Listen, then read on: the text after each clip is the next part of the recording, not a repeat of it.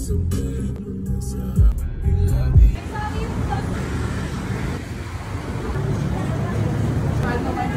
we are here right now sa may NU. So dito yung first stop natin. It's Sunday today and it's around 9 PM na. Ngayon, nag-deliver lang kami ng bagong pastry glass namin or yung display namin para sa pastry. So may iaakit kami, pagpapalitin lang namin. Ngayon, ginagawa pala to, so medyo malikabok kaya nagmas ako.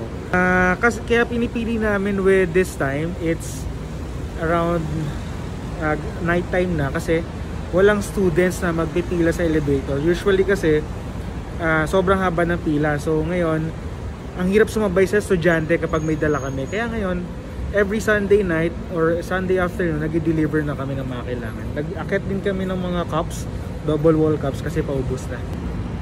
This is Neil, this is Alex, this is G-Boy. So this is our founder, my wife. So pakita natin yung bago nating pastry glass for this NU MOA branch.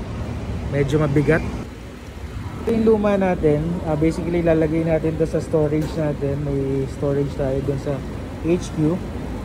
Reserve natin kasi pag may event, minsan kailangan ng warmer, dinadala natin yan. So medyo mabigat.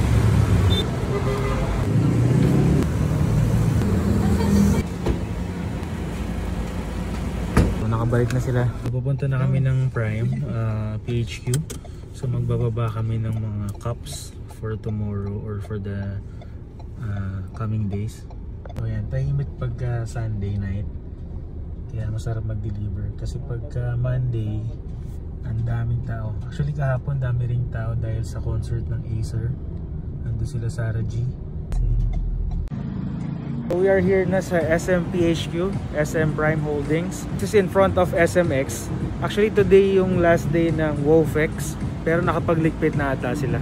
Yan, wala na yung ilaw.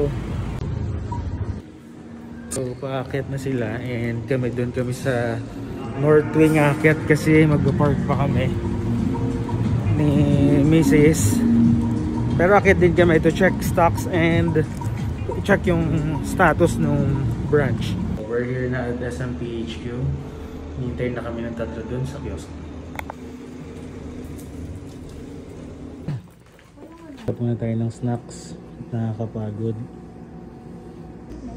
So try mo na kami ng bendo. Baka dahil bago, pero try mo pa rin kami kinain yung 10 piso.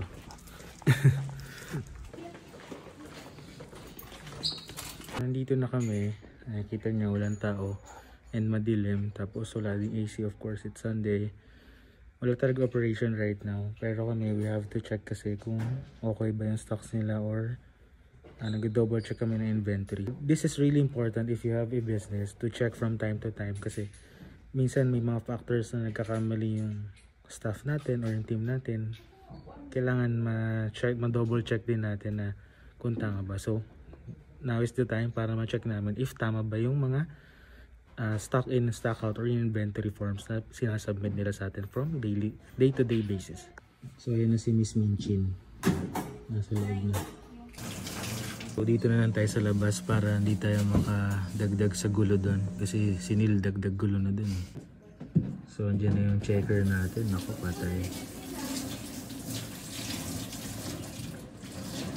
Isa-isa na. Tapos na sila, gagawa lang tayo ng drinks bago malinda pag gabi, oh, parang lightsaber. So, natapos na kami and syempre nagbawan kami para sa amin. Tapos na kami, goodbye na kami. And we're all good for today. Nasaan yung ID ko? Authenticating failed. Nakawata, no? Yeah. So after namin mag-deliver, kumain muna kami kasi nakakagutom daw. Request ni Nathaniel. Coke lang.